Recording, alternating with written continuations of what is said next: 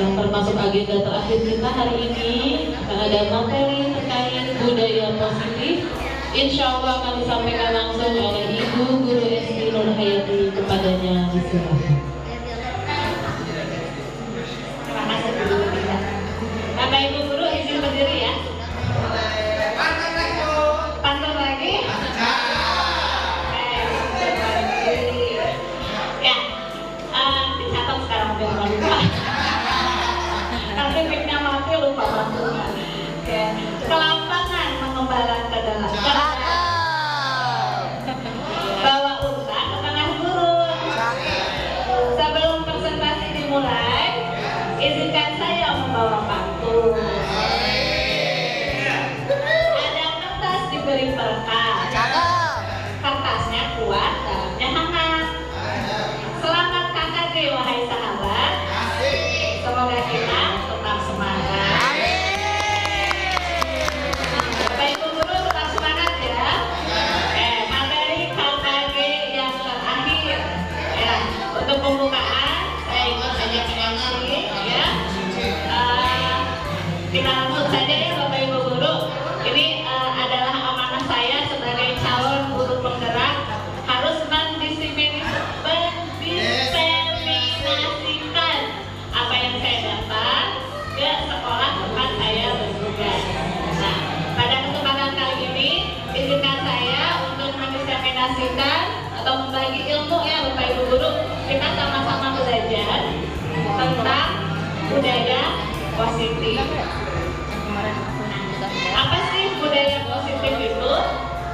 Budaya positif itu perwujudan dari keyakinan dan nilai kebajikan yang telah disepakati bersama, dan nilai-nilai itu dilaksanakan secara bersama-sama. Jadi budaya positif itu harus disepakati oleh kita sebagai warga sekolah atau warga kelas ya. Kalau kita wali kelas atau guru, kita murid-murid kita adalah tanggung jawab kita harus menimbulkan budaya positif itu. Dan budaya positif itu tidak boleh kita semata-mata menetapkan budaya positif itu sesuai dengan keinginan guru. Jadi budaya positif itu harus disepakati bersama antara guru dan murid. Demikian halnya dengan budaya positif di sekolah. Jadi budaya positif di sekolah adalah kesepakatan nilai kebajikan yang sudah disepakati oleh guru, murid, dan kepala sekolah. Jadi ini harus disepakati bersama. Kenapa ini harus disepakati bersama? Nanti kita bahas ya. Oke. Nah, budaya positif yang disoroti di sini adalah disiplin positif. Bapak Ibu Guru mungkin tahu pengertian disiplin.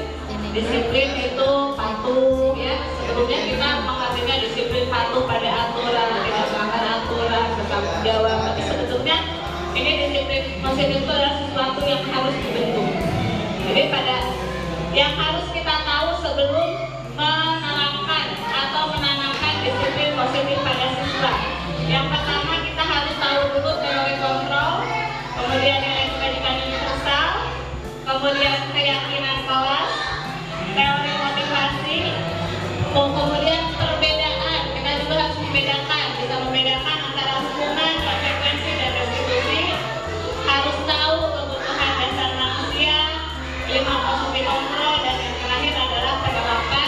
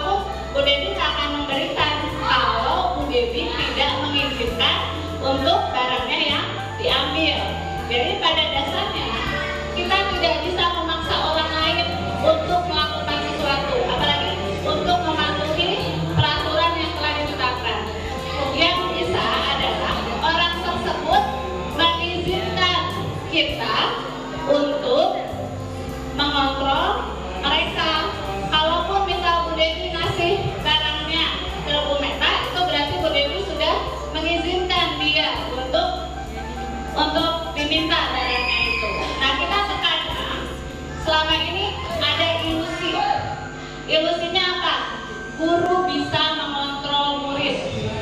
Kamu kan nurut atau ibu kan ibu guru, ya. Padahal ya di depan kita aja anak itu nurut sama kita, di belakang belum tentu. Ini adalah ilusi. Kemudian ilusi bahwa orang dewasa memiliki hak untuk memaksa. Kemudian ilusi penguatan positif, efektif dan bermanfaat. Jadi ini adalah ilusi kalau kita bisa membujuk orang lain, menguatkan orang lain. Yang ini adalah yang menarik adalah kalau kita mengkritik orang, kita bisa menguatkan karakter seseorang. Ini juga termasuk salah satunya adalah ilusi. Ini adalah ilusi-ilusi. Pada dasarnya orang tersebutlah yang mengizinkan kita untuk mengontrol mereka. Jadi ketika murid kita menurut sama kita, itu murid-murid kita yang mengizinkan dirinya sendiri untuk diatur oleh kita. Jadi ini adalah teori kontrol yang kemudian jadi kita harus menggunakan teori pilihan. Jadi anak disuruh memilih untuk memutuskan untuk dirinya sendiri. Kita lanjutkan. Nah, setelah kita paham mengenai teori kontrol, kita juga harus tahu tentang nilai-nilai kebajikan universal. Karena tadi anak disuruh milih kan, tapi sebelum anak disuruh milih, anak tuh harus ditanamkan nilai-nilai kebajikan universal. Nilai-nilai kebajikan universal itu apa sih? Nilai-nilai yang kita anggap baik sebagai manusia, sebagai fitrahnya dilahirkan oleh Subhanahu wa Ta'ala, itu semua baik ya, karena ya dia bisa menilai mana yang baik dan mana yang benar. Jadi nilai-nilai kebajikan universal ini akan berlaku dimanapun di seluruh dunia. Ini adalah semua pasti sepakat hati nuraninya apa? Ini adalah sesuatu yang baik. Nah ini salah satunya kita bisa ambil. Kalau saya ngambilnya The Virtus Project.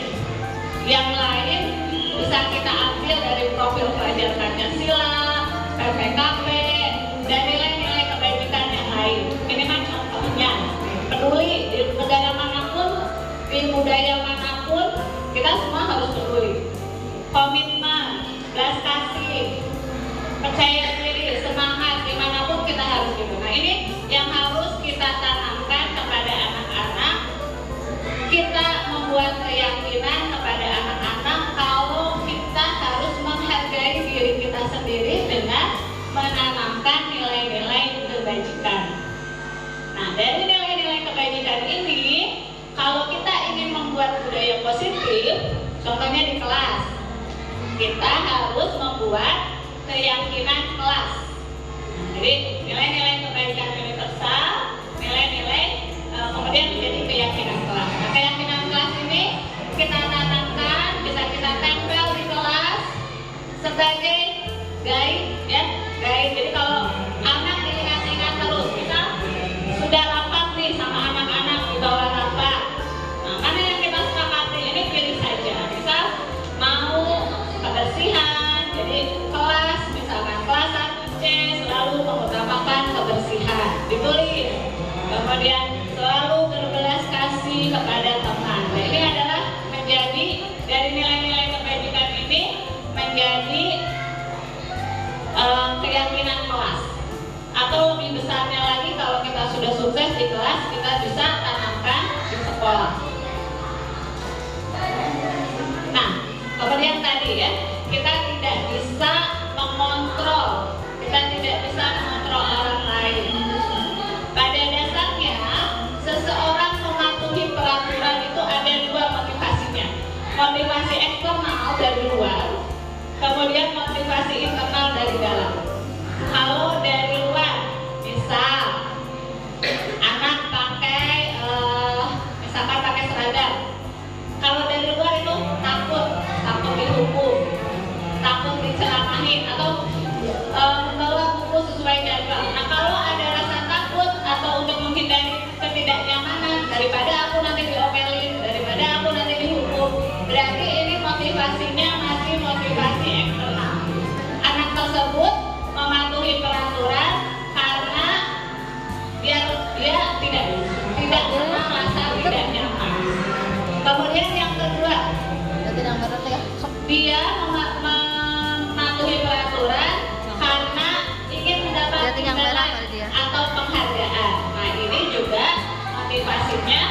dari luar. Suatu waktu kalau tidak ada hukuman atau tidak dapat hadiah, dia tidak akan melakukan hal tersebut untuk mematuhi peraturan. Maka yang harus kita tanamkan adalah motivasi internal pada anak-anak. Ini memang butuh proses lama ya, motivasi internal. Nah, motivasi internal itu kenapa? Anak menghargai diri mereka sendiri, ingin menjadi seperti apa yang diinginkannya, karena mereka percaya dengan tadi nilai-nilai kebajikan. Nah, ini yang harus kita tanamkan pada anak-anak supaya mereka berdisiplin itu, karena mereka menghargai dirinya sendiri dengan nilai-nilai kebajikan yang tadi mereka percaya. Kita masuk ke hukuman, konsekuensi, dan restitusi. Apa sih bedanya? Beda hukuman, konsekuensi, dan restitusi. Ini masih banyak yang ketukar, tidak tahu bedanya hukuman, konsekuensi, dan restitusi. Apalagi restitusi ini sesuatu yang baru memang. Nah, ini sebagian dari ininya ya. Kalau hukuman itu akan membuat identitas gagal. Anak itu merasa gagal karena dihukum. Dia merasa menjadi orang yang salah. Nah, ini menyakitkan hukuman itu ya, tidak nyaman, jadi korban kalau dihukum, tersakiti, nanti perilakunya pasif agresif, kemudian berlaku hanya pada sebuah institusi. Nah, ini biasanya peraturan itu kamu kan tahu peraturannya kamu harus, dan ini akan membuat anak membenci peraturan. Nah, ada lagi konsekuensi ini. Kalau di kita kebanyakannya itu konsekuensi ya, melaksanakannya. Jadi konsekuensi ini sesuatu yang harus terjadi. Anak sudah tahu peraturannya, sudah dijelaskan, tahu konsekuensinya. Nah, ini tidak nyaman, tapi dalam waktu yang pendek. Kemudian korbannya bisa diabaikan, dan ini penguatan hanya terjadi pada saat itu saja. Nah, ini harus, kekurangannya konsekuensi itu harus dimonitor terus. Nah, ini ya, ini akan membuat murid atau anak menghormati peraturan. Ada lagi yang lebih tinggi, yaitu kalau saya baru belajar ya, ternyata restitusi. Restitusi itu memberikan anak pilihan, ya, menguatkan murid atau anak dalam jangka waktu yang panjang. Korbannya dapat ganti, maksudnya dapat sesuatu karena ada yang melanggar peraturan itu. Masalahnya terpecahkan kalau restitusi itu. Nah, untuk restitusi ini murid belajar bertanggung jawab untuk perilakunya. Fokusnya pada pemecahan masalah. Nih, yang pertanyaannya kalau restitusi, apa yang kamu yakini tadi nilai-nilai kebaikan? Apa yang kamu bisa lakukan untuk memperbaiki masalah ini? Nah, ini akan membuat anak menghormati dirinya dan orang lain. Jadi kalau hukuman gimana kita? Anak nggak tahu, pokoknya kamu nggak bawa buku, keluar di luar, ya. Tapi kalau konsekuensinya, misal, nah karena kamu nggak bawa buku, nanti kamu harus menyalin di buku yang lain. Ini konsekuensinya. Tapi kalau restitusi itu kamu nggak bawa buku, kedepannya mau gimana supaya kamu bawa buku. Jadi anak sendiri yang memutuskan atas permasalahannya. Ini memang panjang ini ya. Ini sesuatu yang baru bagi saya. Jadi ini butuh proses dan butuh kekompakan satu sekolah untuk menerapkan ini. Kita kuis ya, Bapak Ibu guru ya. Kita membedakan mana sanksi, mana hukuman, mana konsekuensi. Yang pertama, mencatat 100 kali di dalam buku kalimat saya tidak akan terlambat lagi karena dia terlambat sekolah. Menurut Bapak Ibu, apakah itu sanksi, konsekuensi, atau hukuman? Hukuman, sanksi, konsekuensi. Ya, ternyata ini adalah sanksi karena peraturannya kan sudah ada, tidak boleh terlambat ke sekolah.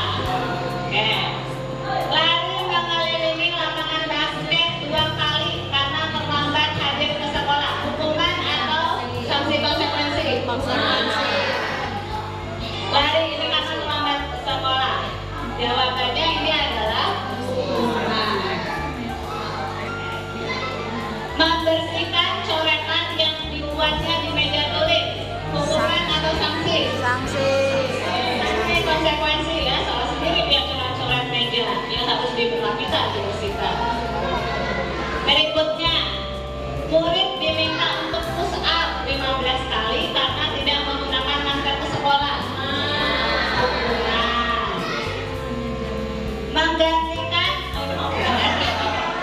Menggantikan kertas gantungan antara stiker dan coret. Ini konsekuensi, ada konsekuensi. Kemudian nih, berjemur di halaman yang basket dan bergantian akan mengobrol. Ini hukuman. Jadi kalau hukuman itu menyakiti ya. Nih, murid diminta bertelanjang kaki sepanjang hari karena tidak menggunakan sepatu warna hitam. Mana itu konsekuensi? Hukuman. Hukuman ternyata ya. Nah, ini kehilangan 10 menit jam istirahat Sanksi. untuk mengerjakan tugas karena Konsekuensi. ketika ya pelajaran, jadi harus Konsekuensi. akibatnya. Nah ini lari mengelilingi lapangan basket 2 kali karena terlambat 10 menit untuk pelajaran PJOK. Hukuman. Hukuman atau sanksi? Hukuman. Konsekuensi. Hukuman. Ini adalah konsekuensi dan pelajarannya PJOK. Ya, itu pernah ini kasusnya pernah di Nuraulia ya. Ada orang tua protes ya. Padahal ini nih lari mengelilingi lapangan basket terlambat. Orang lain mah udah larinya tadi kepanasan, nah dia terlambat. Ya ini mah konsekuensinya. Nah, dia harus lari sendirian. Jadi ini maksudnya Konsekuensi. konsekuensi. Ini nih udah dinas ya, jangan takut ya kalau ada orang tua ini protes ya. Hukuman fisiknya ini udah olahraga ya, bukan hukuman itu tapi konsekuensi.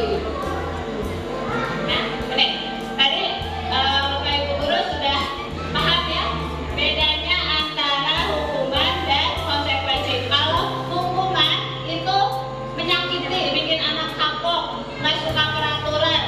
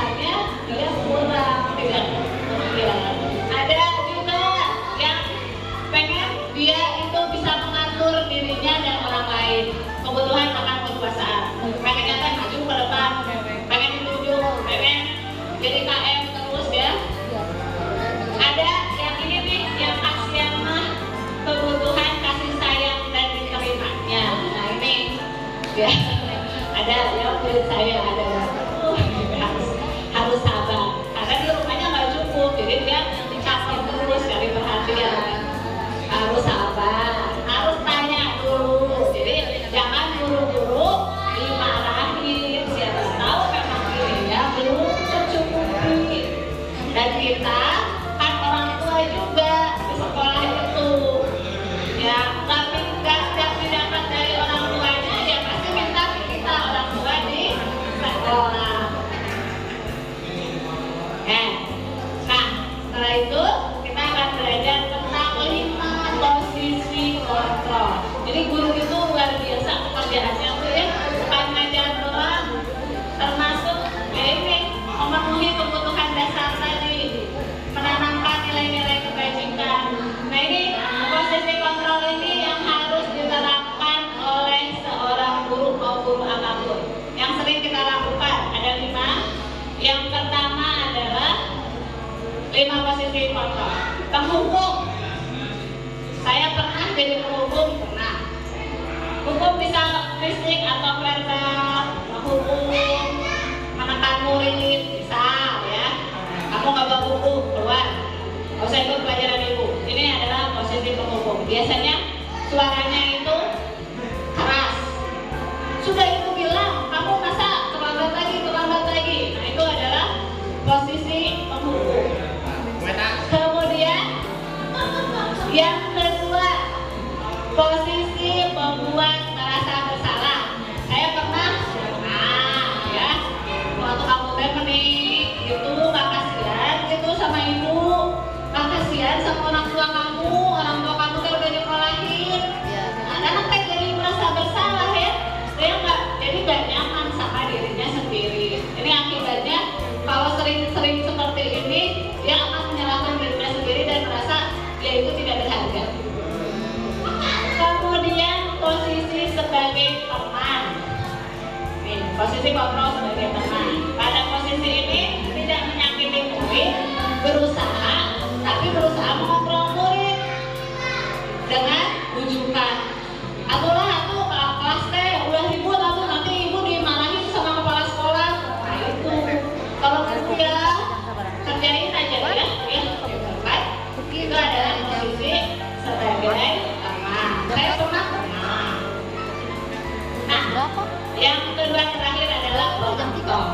Kalau pengontrol itu mengawasi dan menjelaskan peraturan dan konsekuensinya. Misal, kamu tahu peraturannya, akibatnya apa? Terus kamu kenapa melanggar? Nah, ini adalah posisi pemantau. Ini pernah. Kebanyakan kita seperti ini ya. Misal Bu Devi bawa itu pas kesiangan, kan catat aja, dilaporkan. Ini adalah posisi pemantau.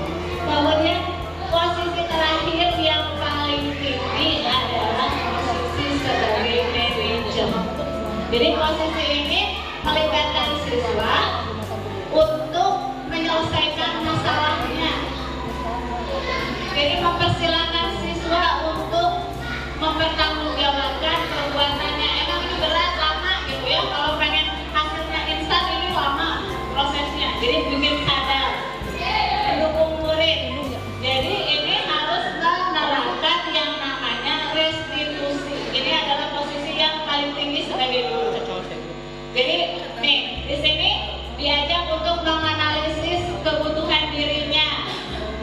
Peningkatan bukan kemampuan membuat konsekuensi, namun bagaimana murid bisa berkolaborasi dengan orang lain untuk memperbaiki kesalahannya.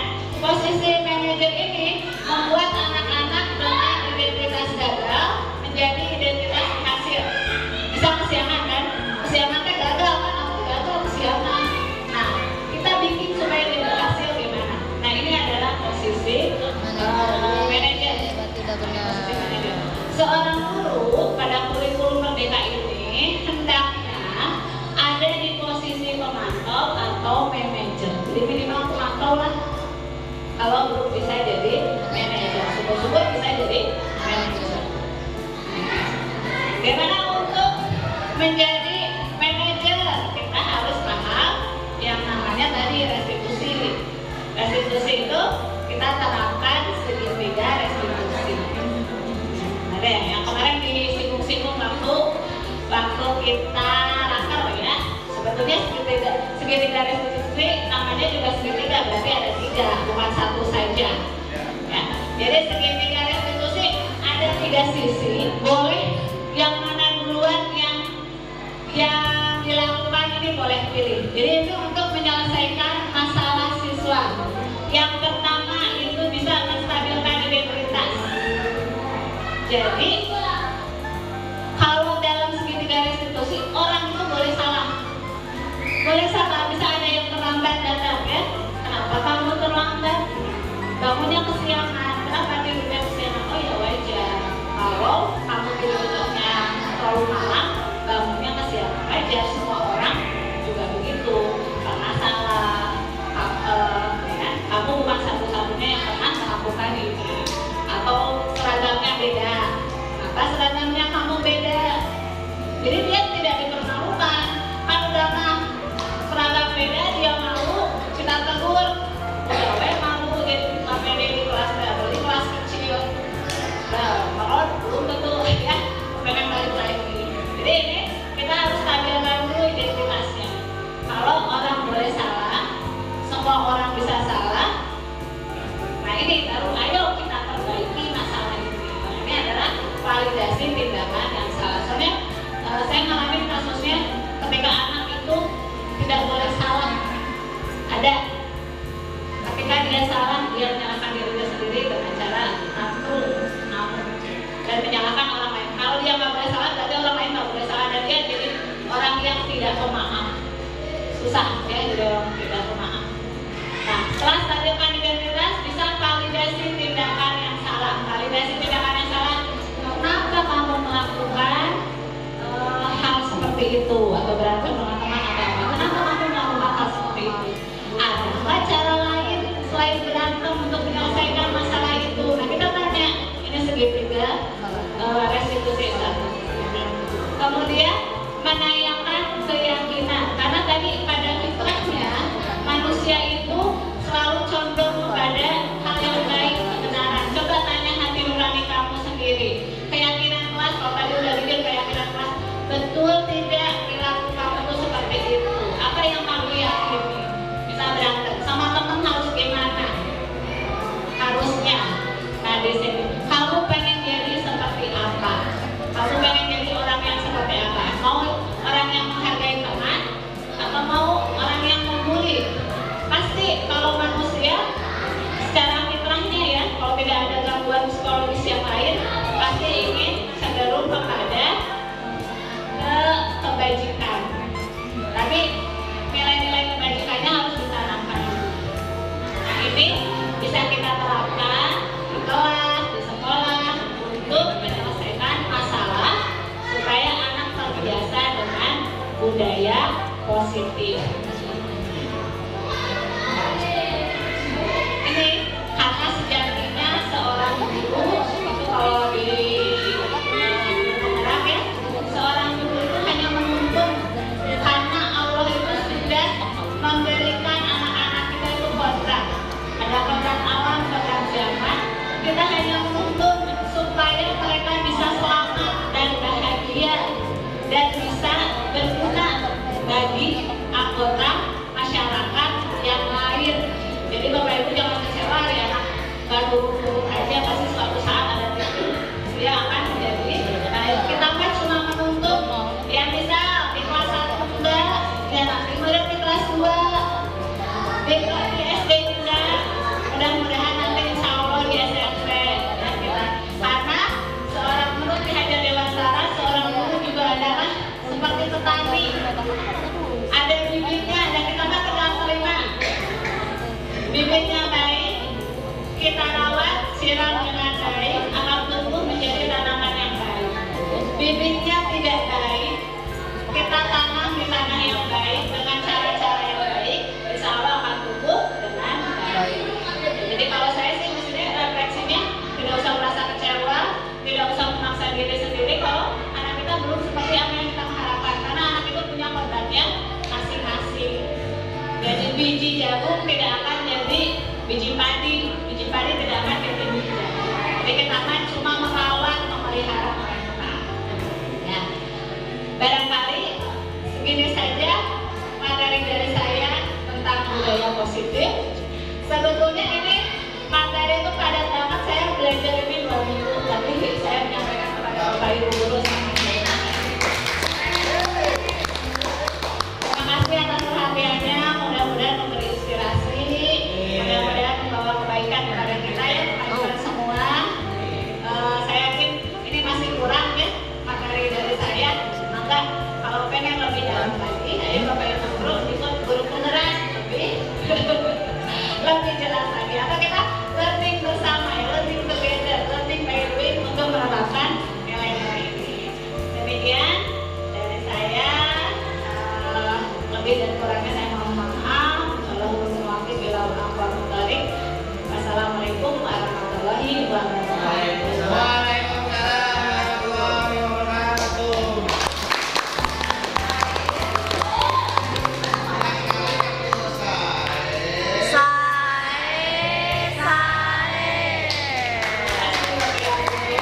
Acara selanjutnya saya kembalikan lagi ke Ibu moderator. Pantunya, oh iya, tadi Ibu pantun, sekarang Ibu pantun. Tapi pantunnya burung irian, burung cendrawasih. Cukup sekian, terima kasih.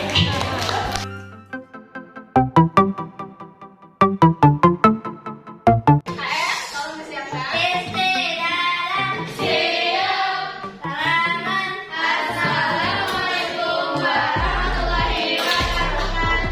Waalaikumsalam warahmatullahi wabarakatuh. Anak-anakku Mas Nancy, apa kabarnya hari ini? Alhamdulillah, subhanallah, Allahu Akbar. Yes, yes, yes. Ya, masih semangat. Dalam keadaan sehat. Yang tidak masuk siapa hari ini?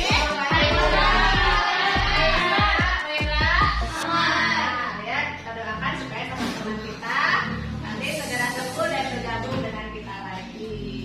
Ya, tadi kita sudah sholat, sudah makan siang, sudah. Sebelum pelajaran dimulai, biar semangat lagi, kita akan senam otak lagi ya. Senam otak yang lalalala. Siap? Ya, masih ingat? Masih. Oke, sayang. Kita sama-sama senam otak. 1, 2, 3. Bling, bling, bling, bling.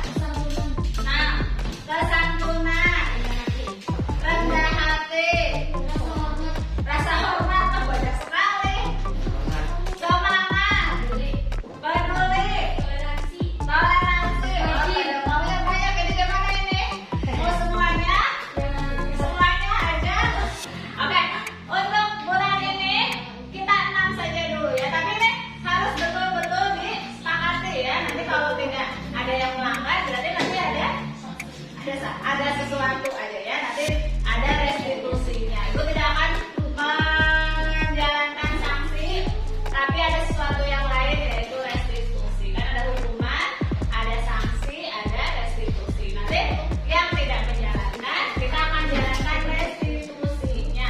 Ya, restitusi itu apa? Kita mundur lagi. Pokoknya kita akan menjalankan penetapan nilai-nilai kebajikan universal ini di kelas kita sebagai keyakinan kelas.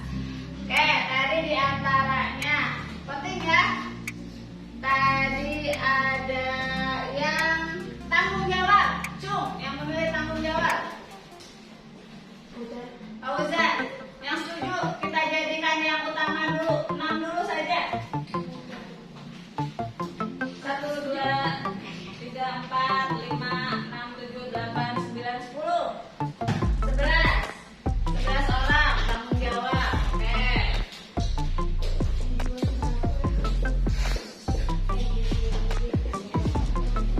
Jadi nilainya apa? Kelas 6C selalu bertanggung jawab. Siswa kelas 6C selalu bertanggung jawab. Setuju? Setuju. Oh, yang ke 1 berarti itu. Sekarang apa lagi? Kebersihan.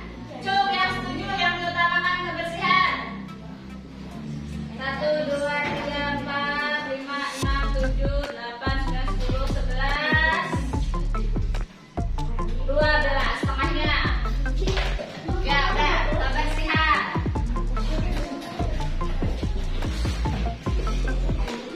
Jadi siswa-siswi kelas 6C selalu menjaga kebersihan. Sepakat? Sepakat. Yang ketiga, nilai kebersihan. Semangat atau kejujuran? Kejujuran. Cung, yang kejujuran. 7, 8, 9, 10, 11, 12, ya. Kejujuran. Siswa-siswi kelas 6C selalu jujur.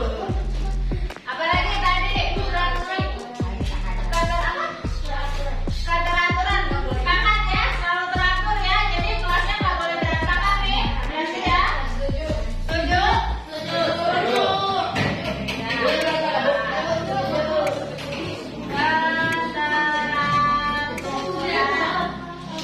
Lima. Ada yang mau tambahkan? Toleransi. Betul ya. Siswa-siswi kelas 6C selalu menjunjung tinggi toleransi. Kalau ada yang berbeda, kita harus toleransi ya, betul? Resikonya ya, menghargai orang lain, menghargai perbedaan orang lain. Toleransi sepakat? Sepakat ini berarti toleransi. Ada yang sukanya A, sukanya B, sukanya C, harus toleransi. Termasuk ketika kalian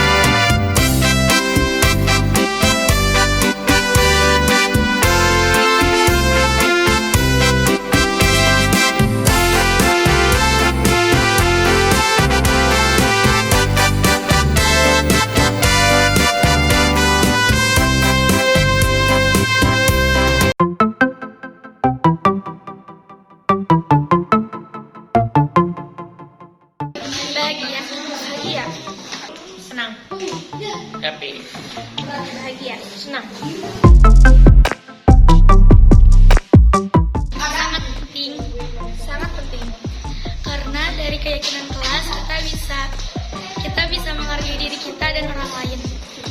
Karena dari keyakinan kelas, kita bisa menjadi orang yang baik. Iya, betul. Ya. Karena bisa menghargai diri sendiri dan orang lain. Kita menjadi orang yang lebih baik. Betul ya. Karena agar kelas lebih teratur. Karena supaya kelas nanti lebih teratur dan juga disiplin dan lebih baik.